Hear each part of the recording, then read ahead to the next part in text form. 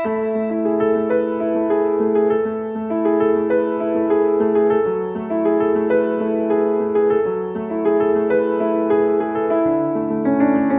बंधू भगिनींनो नमस्कार. मित्र हो, आत्ताच नव्यानं प्रधानमंत्री सूक्ष्म खाद्य उद्योग उन्नयन योजना ही सुरू झालेली आहे केंद्र सरकारच्या मार्फत. आणि या योजनेच्या संदर्भात आज आपण या भागामध्ये माहिती घेणार आहोत. आणि माहिती देणारे तज्ज्ञ आहेत श्रीयुत दिलीप झेंडे, जे संचालक कृषी प्रक्रिया व नियोजन महाराष्ट्र राज्य म्हणून काम बघतात. सर, ही योजनेचा जी आता चालू वर्षी सुरू झाली आहे, ही योजनेचा प्रामुख्याने उद्देश काय राहणार आहे आणि सर्वसाधारणपणे या योजनेचा कालावधी किती असणार आहे? ही योजना आता या वर्षीपासून कार्यान्वित होते आणि सलग पुढचे 5 वर्ष आता ही कार्यान्वित राहणार आहे. आणि योजनेचा मुख्य उद्देश असा आहे की अन्न प्रक्रिया उद्योग हा भारतामध्ये विखुरलेल्या स्वरूपात आहे आणि असंघटित आहे. त्याच्यातून जे प्राथमिक पातळीवरती अन्न प्रक्रिया होती त्याच्या माध्यमातून आपण ग्राहकापर्यंत जात आहे. आणि आता याच स्वरूपाला केंद्र सरकारने मूर्त स्वरूप द्यायचं ठरवलं. आणि जे असंघटित सूक्ष्म अन्न प्रक्रिया उद्योग आहेत त्यांच्या ज्या अडीअडचणी आहेत त्या अडीअडचणीवर मात करता आली पाहिजे आणि त्या मात करून आपल्याला त्यांना एक विधायक असं स्वरूप देता येईल, याच्याकरता ही योजना इथून पुढे कार्यान्वित होणार आहे. या योजनेमध्ये एक जिल्हा एक ब्रँड किंवा एक वाहन ही नक्की काय संकल्पना आहे? याच्यामध्ये आपण सर्वप्रथम लक्षात घेतलं पाहिजे की प्रत्येक जिल्ह्याचं GI इंडिकेटरप्रमाणे म्हणजे भौगोलिक मानांकनाप्रमाणे किंवा त्या जिल्ह्याचं एखादं वैशिष्ट्य असतं. जसं महाराष्ट्रामध्ये आपण गेलं तर पूर्वी म्हणायचं वसई चिकडी, नागपूरची संत्री किंवा आपल्या पुण्याचा अंजीर आहे, सोलापूरची मालदांडी ज्वारी आहे. हे त्या भागातलं वैशिष्ट्य आहे. आणि हे भागातलं वैशिष्ट्य जेव्हा आंतरराष्ट्रीय बाजारपेठे किंवा राष्ट्रीय बाजारपेठेमध्ये जाईल तेव्हा त्या उत्पादनाला निश्चितपणे चांगली मागणी राहणार आहे. आणि ही जर मागणी आपण भारतातली जी मर्यादित परिस्थिती लक्षात घेतली, साधन संपत्ती वगैरे, शेतकऱ्यांचं आपल्याला विखुरलेलं प्रमाण, मोठं प्रमाण, आजच्या शेतकऱ्यांचा विचार जर केला तर त्यांना मोठे उद्योग टाकणं अशक्य आहे. आणि छोट्या उद्योगाच्या ठिकाणी त्यांना भांडवलाची मर्यादा आहे. त्या आपल्या वैशिष्ट्यपूर्ण असलेल्या भागामध्ये आपण जर नेत्रदीपक काम करू शकलो तर एक ब्रँड किंवा एक व्हॅल्यू आपली मार्केटमध्ये तयार होईल. आणि त्याच्याकरता असंघटित जो क्षेत्र आहे ते संघटितपणे एकत्रित कामाला जर लागलं तर जी भारताचं आपला स्ट्रेंथ आणि विकनेस जी म्हणतो एकाच वेळेस, तीच खऱ्या अर्थाने आपली ताकद आहे. अनुदान मिळत असल्यामुळं या ठिकाणी बँकेचा सहभाग राहणार आहे. या योजनेमध्ये प्रत्येक घटकासाठी जे आहे ते सर्वसाधारणपणे अनुदानाची मर्यादा किंवा अनुदान किती राहणार आहे? आपण जो विचार करतोय महाराष्ट्राची परिस्थिती जर पाहिली आणि छोटे शेतकरी आहेत, छोटे उद्योजक आहेत, मध्यम उद्योजक आहेत, यांना माझ्या अंदाजे साधारणपणे 30, 35, 40 लाखापर्यंतचा एकूण खर्चाचा प्रकल्प होईल. त्याच्यातल्या 35% म्हणजे जास्तीत जास्त 10 लाखांपर्यंतचे अनुदान मंजूर करण्याचे अधिकार राज्याला आहेत. त्यामुळे राज्य पातळीवर हे प्रकल्प आपण सक्षमपणे राबवू शकतो. त्याच्या मोठे पुढचेही 10 लाखाच्या पुढचे अनुदान असलेले प्रकल्प म्हणजे जर प्रकल्प मूल्य हे 50 लाख 1 कोटीच्या पुढे असेल प्रकल्पाच्या गुंतवणुकीप्रमाणे, त्या गुंतवणुकीप्रमाणे हे प्रकल्प मंजूर केले जातील. आणि हे केंद्राचे राज्याच्या समितीमार्फत त्याची तपासणी होईल, मंजूर केले जातील. त्याच्यामध्ये बँकेच्या तज्ज्ञांचा सहभाग राहणार आहे. त्या क्षेत्रामधल्या प्रक्रिया तज्ज्ञांचा समावेश राहणार आहे. ते जाणीवपूर्वक ह्या प्रकल्पाची छाननी करणार आहेत. कारण शेवटी बँकेबल प्रकल्प आहेत, त्याच्यातून कर्ज घेतलं जाणार आहे, अनुदान मिळणार आहे आणि कर्ज फेडण्याची ताकद त्या प्रकल्पामध्ये पाहिजे. या योजनेच्या संदर्भामध्ये आता दुसरे तज्ज्ञ श्रीयुत सत्यवान वराळे, व्यवस्थापक समन्वय, हे आपल्याला अधिक माहिती देणार आहेत. वराळे साहेब, ह्या योजनेमध्ये नेमक्या कोणकोणत्या घटकाला लाभ देता येतो? मुख्यत्वे याच्यामध्ये 4 घटक आहेत. एक तर वैयक्तिक लाभार्थ्यांना फायदा अनुदानाचा, खर्चाच्या 35% मॅक्सिमम 10 लाख रुपये, हा एक आहे. दुसरं जे सेल्फ हेल्प ग्रुप आहेत राज्यामध्ये त्यांना सीड कॅपिटल म्हणून एका सेल्फ हेल्प ग्रुपला आपल्याला 4 लाख रुपये द्यायचे आहेत.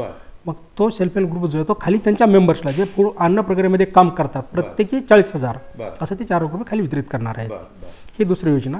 तिसरी आहे कॉमन इन्फ्रास्ट्रक्चर फॅसिलिटीज, म्हणजे सूक्ष्म मायक्रो एंटरप्राइजेस जे आहेत त्यांना छोट्या लोकांना कॉमन सामायिक सुविधा, त्याचा एक लाभ आहे. त्याच्यामध्ये खर्चाच्या 35%, पण तो मॅक्सिमम लिमिट गव्हर्नमेंटनं अजून हे केलेलं नाही आहे. केस टू केस बेसिस होणार आहे. ते केस टू केस हे प्रोजेक्ट गव्हर्नमेंट ऑफ इंडियाला सँक्शनला जातील 10 लाखाच्या वरचे.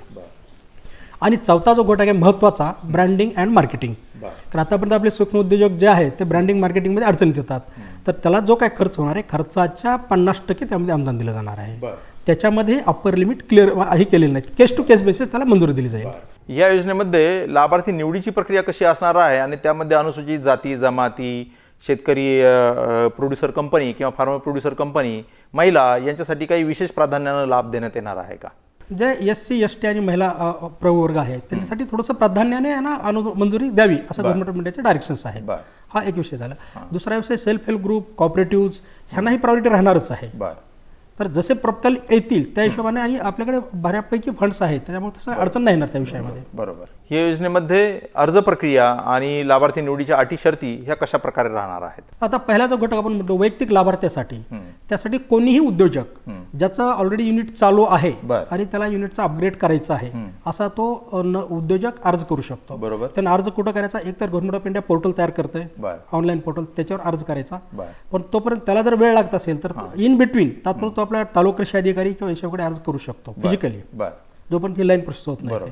हा पहिला भाग. आणि या लोकांना मदत करण्यासाठी आपण रिसोर्स पर्सन नेमणार आहेत प्रत्येक जिल्ह्यामध्ये. म्हणजे प्रोजेक्ट रिपोर्ट तयार करणे, बँकेकडून कर्ज मंजूर करून घेणे, नंतर वेगवेगळे लायसन्सेस असतात, ह्या सगळ्यांना मदत करायला म्हणजे हँड होल्डिंग सपोर्ट पूर्ण दिला जाणार स्कीम मधून. तर अशा प्रकारे हे वैयक्तिक लाभार्थी अर्ज करू शकतील. दुसऱ्या तसंच आता दुसरा जो गट आहे कॉमन इन्फ्रास्ट्रक्चर फॅसिलिटीज, त्यामध्ये सेल्फ हेल्प ग्रुप आहेत, म्हणजे कॉपरेटिव्ह आहेत, farmer producer companies, farmer organisation, सगळ्या लोकांना ह्याच पद्धतीने मदत दिली जाणार आहे. बरोबर. या योजनेच्या संदर्भामध्ये आता बोलतायत राज्याचे कृषी आयुक्त श्रीयुत धीरज कुमार साहेब. जसा आपला विदित आहे की भारत सरकारद्वारा एक आणखी योजना घोषणा करण्यात आलेली आहे, ज्याला प्रधानमंत्री सूक्ष्म खाद्य उद्योग उन्नयन योजना आहे, किंवा इंग्लिशमध्ये जर म्हणाला तर prime minister formulation of micro food processing industries. या योजनाचा बेसिकली जे उद्देश आहे, प्रमुख उद्देश आहे, ते आपला काढणीनंतर जे पेरिशेबल फूड्स आहे किंवा नष्ट होणारे असं आहे, समजा आपल्याकडे फ्रूट क्रॉप्स आहे, फळं आहे, भाजीपाला आहे, याचा जर प्रोसेसिंग आम्ही करू शकलो तर जे यांच्या नष्ट होण्याचे प्रमाण आहे ते अत्यंत कमी होतात. आज एक स्टडीप्रमाणे आपल्या देशामध्ये असं आढळलेलं आहे की जवळपास 30% आपला फळ आणि भाजीपाला जे आहे ते काढल्यानंतर ते नष्ट होतात, कारण की त्याला आम्ही प्रोसेस करू शकत नाही. एक फिलिपिन्स आहे ज्याच्यामध्ये 78% जे आपले खाद्यपदार्थ आहे ते प्रोसेस होऊन ते लोकांना मिळत आहे. त्याचप्रमाणे अमेरिकामध्ये सुद्धा 65% असा प्रकारच्या प्रोसेसिंगच्या प्रमाण आहे. परंतु दुर्दैवाने आपल्या देशामध्ये याच्यावर आतापर्यंत काही मोठी कारवाई झाली नव्हती आणि आज आपल्या देशामध्ये याचं प्रमाण फक्त 10 ते 12% पर्यंत आहे. आणि यामुळे प्रोसेसिंग न केल्यामुळे जवळपास 500 अब्ज रुपया एवढा आपल्याकडे याचा लॉस होतोय प्रत्येक वर्षी. तर हे हानी काढण्यासाठी आणि लोकांना, शेतकऱ्यांना आपल्याला जास्त पैसे मिळावे त्याला चालना देण्यासाठी हे योजनाचा प्रारंभ करण्यात आलेला आहे. या योजनाचा लाभ जे आहे ते ग्रुपला, समजा सेल्फ हेल्प ग्रुप्स आहे, फार्मर प्रोड्युसर्स ऑर्गनायझेशन्स आहे, फार्मर प्रोड्युसर कंपनी आहे, त्यांनासुद्धा मिळवता येईल. त्याचप्रमाणे इंडिव्हिज्युअल बेसिसवर सुद्धा एस एच जीचे मेंबर्स आहे त्यांनासुद्धा योजनाचा लाभ घेता येईल.